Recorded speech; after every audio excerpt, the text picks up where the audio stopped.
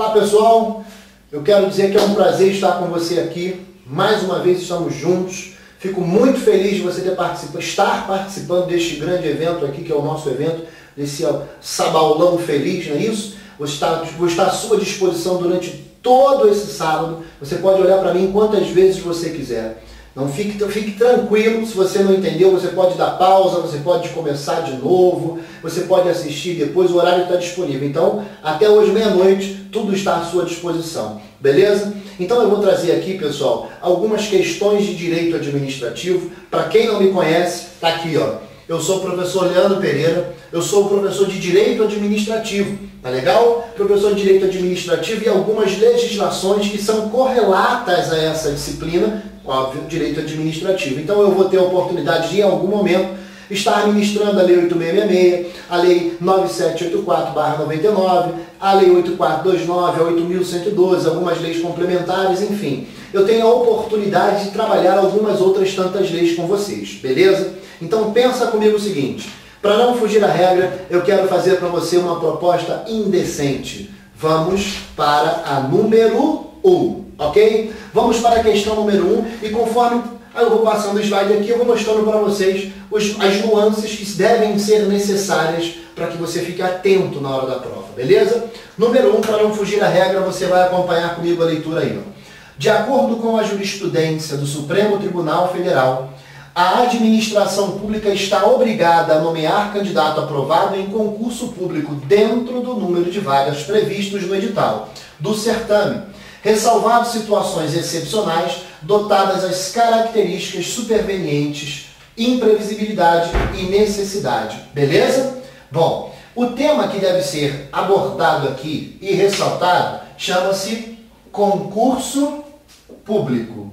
Parece uma coisa muito simples, e na verdade é, mas eu preciso alertar os seus olhos no que diz respeito ao tema concurso público, ok? Eu vou abrir uma tela aqui para que a gente possa conversar um pouco mais sobre isso. Entenda você o seguinte, olha, eu tenho aqui a ideia do concurso público.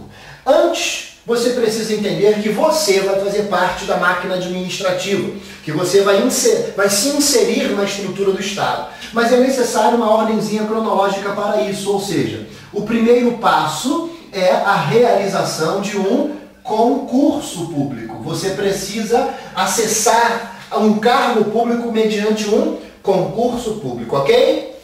E quando você já sabe, um concurso público ele tem as seguintes características. Ele é de provas e títulos e tem validade de até 2 anos, podendo ser prorrogado uma única vez, sempre por igual período. Beleza?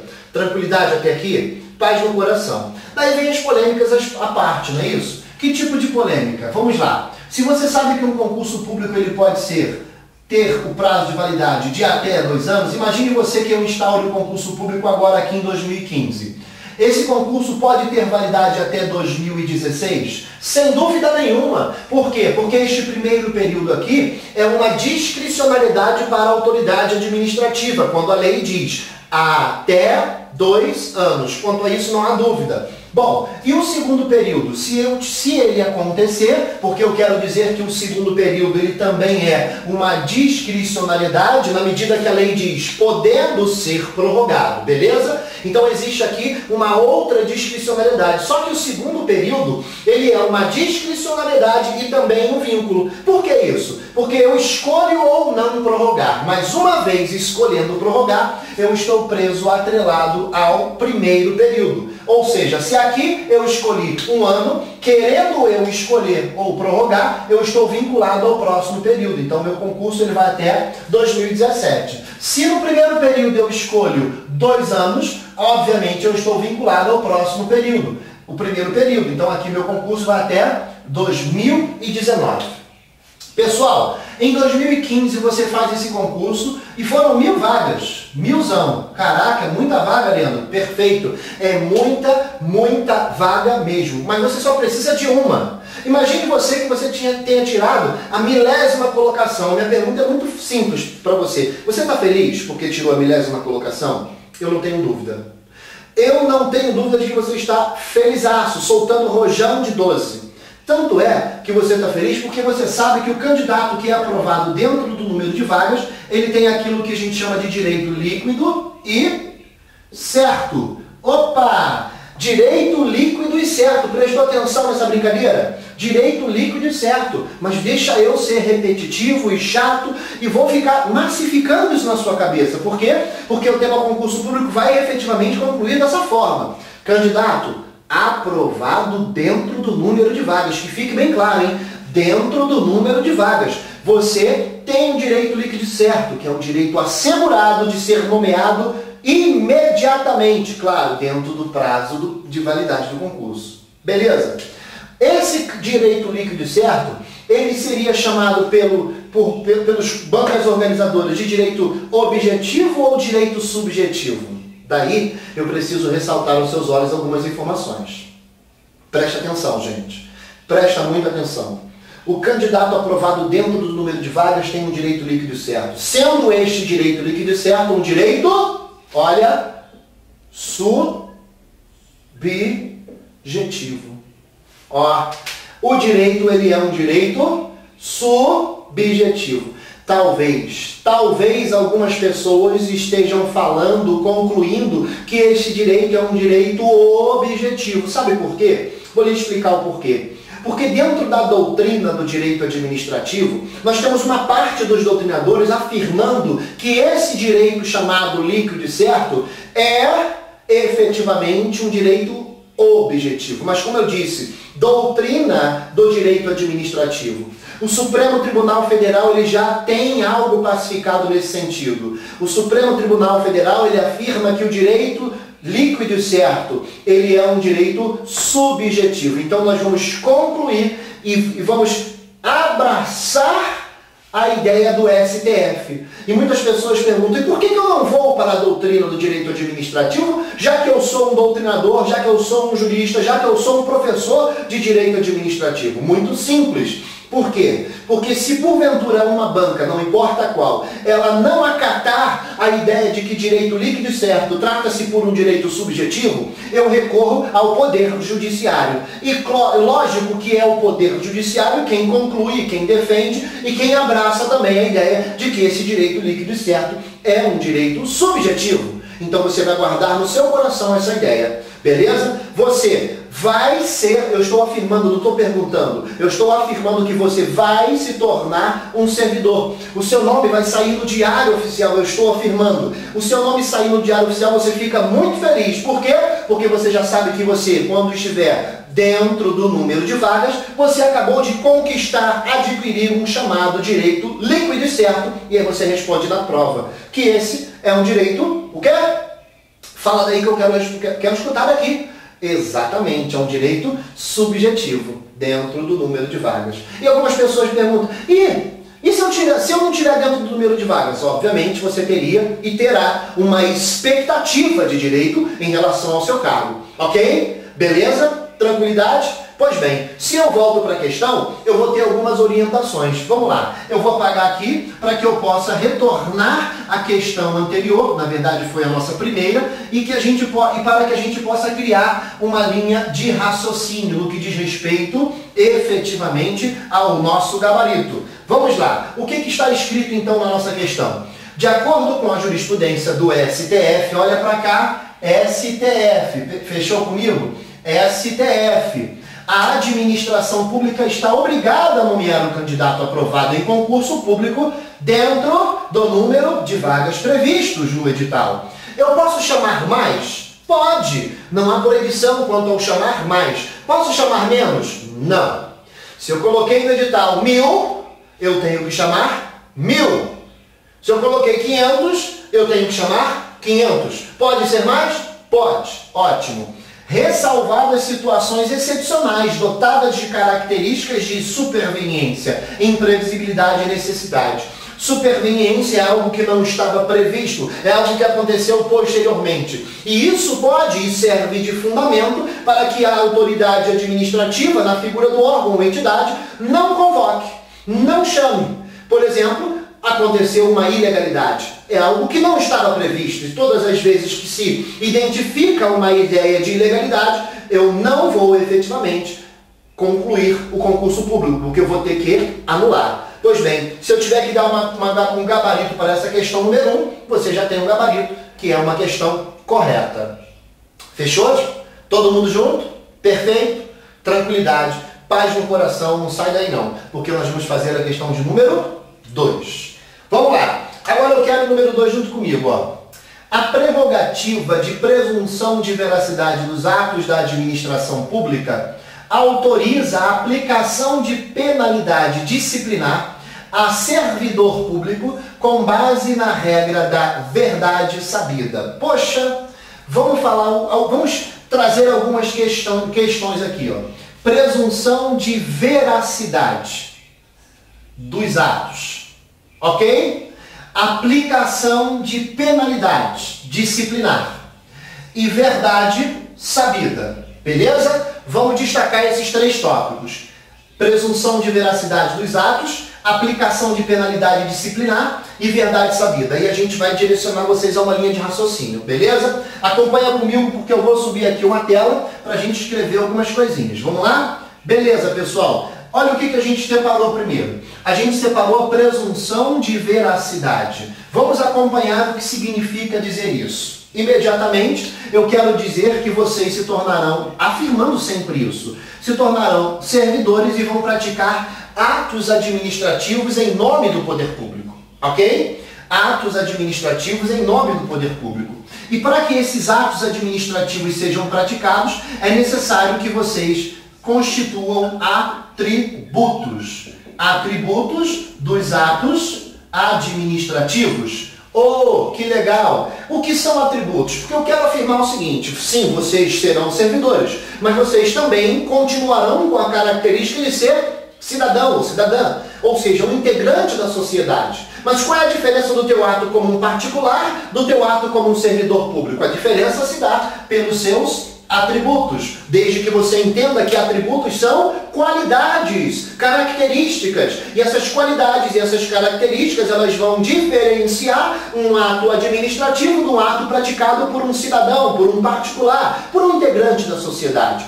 E todas as vezes que se fala de atributos, você vai lembrar de quem? Do seu pai. Mas esse pai não é um pai qualquer, é um pai ET. Olha, o que é isso? Um pai ET. Um pai ET, na verdade, pessoal, gente bonita do meu coração, preste atenção, olha no fundo do meu olho. O pai ET, ele é efetivamente os atributos dos atos administrativos. É o que nós chamamos, pessoal, de mnemônicos, métodos de memorização. Tudo que for suficiente, necessário, importante para que você possa guardar, assimilar efetivamente os conteúdos, bom, faça, aproveite. Aproveite porque é importante. Aqui você acha o P. E o P, ele diz respeito a quê? Vou colocar aqui em cima para você registrar e deixar guardado. Presunção. Presunção de legitimidade ou de veracidade. Preste atenção que a presunção de legitimidade presume-se que o ato está de acordo com a lei. E a presunção de veracidade presume-se que o fato é, ou seja, verdadeiro. Então, até que se prove ao contrário, este ato da administração pública, ou este ato administrativo, ele é presumidamente verdadeiro, porque o fato presume-se como verdadeiro, e presumidamente legal. Perfeito? Mas eu disse uma expressão, até que se prove o contrário. Portanto, eu preciso esmiuçar um outro detalhe com você. Esta presunção aqui chamada de legitimidade ou de veracidade, ela tem a seguinte característica. Ela é relativa. Por que eu chamo a presunção de relativa? Muito simples, para você lembrar e recordar. Porque cabe prova em contrário. Perfeito? Guardou isso no coração? Cabe prova em contrário. Cabe aquilo que o mundo jurídico chama de inversão do ônus da prova. Inversão do ônus da prova. O que significa a inversão do ônus da prova? Se não, prova em contrário. Pronto. É tão somente essa simplicidade que deve estar guardada, enraizada no seu coração. Que os atos administrativos são presumidamente legais, presumidamente verdadeiros até que se prove o contrário. Guardei? Guardei. Ok. Eu devo levar a efeito também que o A diz respeito à auto-executoriedade. Auto-executoriedade. O I diz respeito à imperatividade. Ok? Você vai lembrar também que E significa exigibilidade. E o T de tipicidade. Olha que lindo, pessoal. Você já tem aqui a ideia do pai é ter. Presunção, que é o que está dito na prova. Então a gente já tem algo que possa constituir uma linha de raciocínio, de que os atos administrativos são presumidamente legais, presumidamente verdadeiros, até que se prove o contrário. Mas sem poder, ou sem descaracterizar, sem esquecer, não posso esquecer, a bem da verdade, o restante dos atributos. Bom, presunção, já guardei, já está no meu coração. Um outro assunto que foi abordado pela questão é sobre a aplicação de penas disciplinares. Eu vou aqui pedir um pouco da sua atenção para lhe perguntar o seguinte: qual é a forma, enquanto eu estou de costa, me perdoe, eu preciso apagar para continuar aqui. Enquanto eu estou apagando, eu lhe pergunto: vocês, como servidores públicos, estão sujeitos a penas disciplinares? Me responda daí que eu escuto daqui. E vocês estão respondendo que sim. De sorte que você, como um servidor público, está sujeito a penas disciplinares. A pena disciplinar, ela é caracterizada pelo exercício do poder disciplinar, obviamente. O poder disciplinar tem a finalidade, a funcionalidade de estabelecer a disciplina dentro da estrutura do Estado. Bom, o poder disciplinar, ele vai estabelecer penalidades, e vocês conhecem penalidades como advertência, que é uma pena muito simples, ferimento leve. Suspensão é uma outra pena muito simples. Demissão é uma outra penalidade. Beleza? Claro que existem outras penalidades, como por exemplo, cassação de aposentadoria ou disponibilidade, destituição de cargo ou de função comissionada. Beleza? São penalidades aplicáveis aos servidores públicos. Eu estou falando aqui o parâmetro da Lei 8.112 como um servidor público federal. Ele vai estar sujeito às penalidades disciplinares do artigo de número 127 desta referida lei que eu acabei de citar. Vocês estão junto comigo, ok? Estamos juntos, ok. Agora, como é que eu faço chegar a essas penalidades a você? Através de uma sindicância ou através de um PAD. A sindicância ou PAD são os dois meios eficazes para que tais penalidades possam ser aplicadas a um servidor público, desde que, ressalto, este servidor tenha efetivamente praticado uma infração disciplinar, desde que ele tenha mantido uma conduta incompatível com a legislação, ok? Eu me pergunto, uma outra expressão que a questão trouxe para mim foi a expressão da verdade sabida. A verdade sabida, ela imediatamente está à sua disposição para você entender o que significa. Será que eu, como autoridade administrativa, poderia aplicar algum tipo de penalidade a você, qualquer uma dessas daqui, sem uma sindicância, sem o PAD? Pois eu lhe digo que não. O princípio da verdade sabida, ele permitiria uma autoridade administrativa aplicar penalidades disciplinares sem a sindicância ou PAD. Se eu sou o chefe, imagine você, eu sou o chefe, eu sou uma autoridade administrativa e pego você em flagrante, tá lá, no meio do flagrante, peguei, tirei foto, está sendo filmado, você contando nota de 100, Deus me livre e guarde. Isso não pode, não vai acontecer, isso é só um exemplo. Mas se eu pego você ou um servidor público no flagrante, eu posso te aplicar uma penalidade por você estar sendo pego no flagrante? Eu chego lá, já era, peguei. Então, se eu estou pegando você em flagrante, eu lhe pergunto, inclusive, o que está acontecendo? E quando eu lhe pergunto o que está acontecendo, eu estou dando a oportunidade de você se defender. Pessoal, mesmo lhe concedendo ampla defesa e a contraditória aqui na situação fática, eu não vou poder aplicar uma penalidade sem os devidos procedimentos. O que significa dizer que no Brasil, o Brasil não adota o princípio da verdade sabida, porque a verdade sabida ela me permitiria, como autoridade administrativa, aplicar uma penalidade sem os devidos procedimentos, e isso não é possível dentro do ordenamento jurídico administrativo brasileiro. Guardou isso no seu coração? Está enraizado no seu coração? Deixa pulsar no sangue e na veia, porque está tudo dominado. Beleza? Eu vou apagar, e enquanto eu apago, a gente vai lembrando da questão e do que ela foi O que ela pediu para mim e para você? Qual foi o tema sugerido por essa questão? Ora, vamos voltar à questão para saber o que a gente vai fazer. Disse lá, a prerrogativa da presunção de veracidade dos atos da administração pública autoriza a aplicação de penalidade disciplinar a servidor com base na regra da verdade sabida. Qual o seu gabarito? Se você bem lembra, alguns segundos atrás, eu acabei de afirmar que a verdade sabida não tem aplicabilidade no ordenamento jurídico. De sorte que o ato ele é presumidamente legal, presumidamente verdadeiro, até que se prove o contrário. Então, se você cometeu uma pena disciplinar ou uma infração sujeita a uma pena disciplinar, você tem total direito de ampla defesa e de contraditório. Portanto, não aplicaríamos e não aplicaremos o princípio da verdade sabida. A questão de número 2, povo bonito, abençoado, nós vamos confirmar, é uma questão errada. Completamente errada. Ok? Tranquilo? Para não fugir da regra, eu vou lhe convidar a fazer a de número 3. Vamos falar sobre a questão de número 3.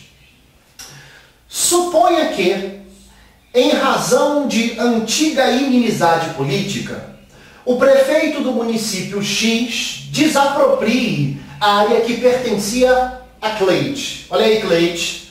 Alegando interesse social na construção de uma escola de primeiro grau. Nessa situação hipotética, a conduta do prefeito configura melhor, caracteriza desvio de poder.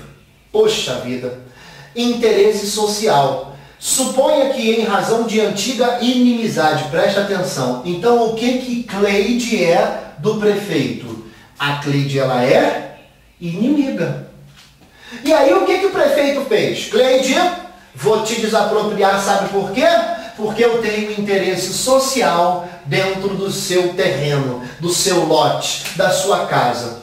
Nessa situação hipotética, a conduta do prefeito caracteriza desvio de poder. Para não fugir à regra, eu vou apagar e vou escrever algumas coisinhas aqui. Vamos lá, vou abrir uma tela para a gente aqui, para a gente começar a interagir. Vamos lá, você viu que Cleide, ela é inimiga do prefeito. Olha só de quem ela é inimiga, do prefeito da cidade. Então, obviamente, nós precisamos aqui entender que um prefeito, para a prática de um ato, ele tem que ter competência. A finalidade, ela é importante. A necessidade da obediência de uma forma. Esse prefeito tem que ter motivo e também tem que ter objeto. Todos conhecem, já ouviram falar do famoso confi formob. Você já sabe que isso aqui são os elementos, os requisitos de validade de um ato administrativo. Todo aquele que pratica um ato administrativo tem que ter competência, finalidade, forma, motivo e também, obviamente, objeto. Competência, finalidade, forma, motivo e objeto. Daí surgiu uma expressão, abuso de poder. O que significa abuso de poder? Todas as vezes que uma autoridade atua com abuso de poder, você identifica essa autoridade infringindo dois elementos do confiformob, sendo eles a competência e outro a finalidade. Todas as vezes que uma autoridade administrativa ela atuar com abuso de poder, essa autoridade praticou um ato porque que não tinha competência e que não alcançou a finalidade do interesse público. Ok? Guarda isso no coração. Beleza? Importante isso, né, gente? Só que o abuso de poder, todos devem saber ou lembrar que se divide em excesso e se divide em desvio. Isso é suficiente para mudar um gabarito? Sem dúvida nenhuma. Todas as vezes que você vê excesso, todas as vezes que você vê desvio, é preciso que você entenda que o excesso e que o desvio são espécies de abuso de poder. Ao atuar com abuso de poder, ofende competência, ofende a finalidade.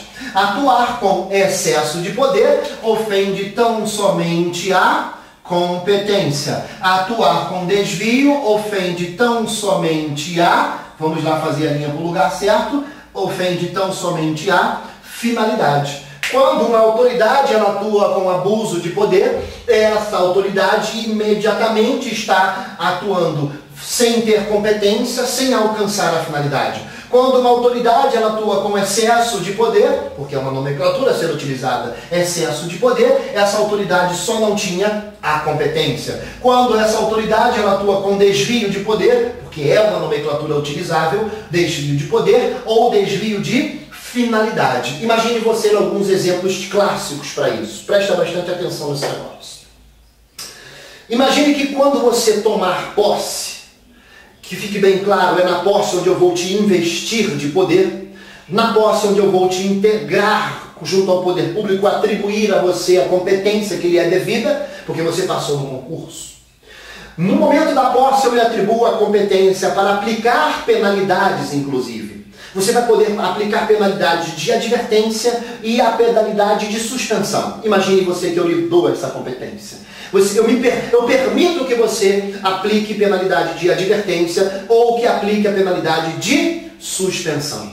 Ok? Advertência e suspensão. É desse jeito. E de repente, você assina a demissão de um outro servidor que cometeu um ato funcional punível com demissão. Pessoal, você na posse recebeu competência para advertência e recebeu competência para suspensão. E de repente, não mais que de repente, você aplica a demissão. Eu posso dizer que você atuou com abuso de poder. Não há dúvida disso. Você atuou com abuso de poder. Mas em que modalidade? A demissão aplicada ao servidor alcançaria a finalidade do interesse público. Vocês concordam? Sem dúvida alguma. Sem dúvida nenhuma. Porque ele cometeu a infração. Agora, ele só recebeu uma demissão por quem não tinha competência. Então, você, sujeito, você atuou com abuso de poder na característica do excesso. Pronto. É muito simples isso. Muito, muito, muito simples. Agora, imagine você as circunstâncias. O prefeito de uma cidade, X, prefeito X, desapropriou o Cleide. Desapropriou o Cleide, Cleide inimiga do prefeito X. Com a finalidade de atender, me perdoa a redundância, um fim público, um interesse social. Se eu sou o prefeito, tirei Cleide da casa dela para atender um fim que na verdade não foi, imediatamente eu encontro ou não um abuso de poder? Eu encontro. Só que neste princípio, o abuso de poder estaria associado ao desvio de poder. Ok? Beleza? Tranquilo? Deixa eu trazer uma observação antes de voltar para a tela da questão. O abuso de poder, pessoal, que fica entre nós, não fala para ninguém não, Brasil. Preste atenção, Brasil. O abuso de poder, ele pode ser por ação ou por omissão. Guarda isso, guarda isso, guarda isso. Que o abuso pode ser por ação ou por omissão. Imagine você, que eu chegue numa bancada de um órgão, de uma entidade, eu preciso ser atendido e de repente fecho aquele barraco com aquele agente que está lá fazendo tudo, menos trabalhar. Graças a Deus, esse é um exemplo que não posso trazer para o Brasil, porque no Brasil eu não encontro isso. Mas imagine, a minha ideia é que aquele servidor não está fazendo nada. Fechei um barraco com ele. Ele pode simplesmente, então não vou te atender, e dar as costas. Claro que ele não pode, ele vai ter que fazer igual o Zagalo, vai ter que me engolir. Ele pode me odiar, mas é de competência dele me atender, então ele deve e terá que me atender. Você está entendendo, pessoal? Então o abuso do poder também ocorre por omissão. Deixa eu apagar aqui, enquanto isso vamos lembrar a questão que nós falamos anteriormente. E o que a questão foi? O que ela disse? A questão estava falando de Cleide. E a questão estava falando também do prefeito. Vamos descobrir o que Cleide e o prefeito resolveram. O que a gente resolveu com a vida de Cleide e do prefeito. Voltei. Em razão de inimizade política. Em razão de inimizade política. Vamos lá. Deixa eu tirar esse negócio aqui da tela, porque o computador acabou de mostrar que tem pouca bateria, mas não tem importância, a gente continua assim mesmo. Vamos lá. Inimizade política. Prefeito do município X desapropria área que pertencia a Cleide, alegando interesse social na construção de uma escola de primeiro grau. Nessa situação hipotética, A conduta do prefeito caracteriza desvio de poder. Desvio de poder quer dizer que não atingiu a finalidade. Está certo ou está errado, pessoal? Questão número 3, deixa no coração. Certíssima. Bota um certo aí com total propriedade, com total tranquilidade. Fechamos? Paz no coração. Estamos juntos e misturados. Para não fugir à regra, nós vamos para a questão de número 4. Acompanhe você o que diz a questão de número 4. O ato de exoneração do ocupante de cargo em comissão deve ser fundamentado sob pena de invalidade por violação do elemento obrigatório a todo ato administrativo. O motivo? Ah, é? Vamos lá, vamos escrever. Vamos escrever porque você precisa o seguinte, você precisa lembrar algumas coisas comigo. Olha só, gente, preste atenção. Motivo. É importante você lembrar disso, hein, gente?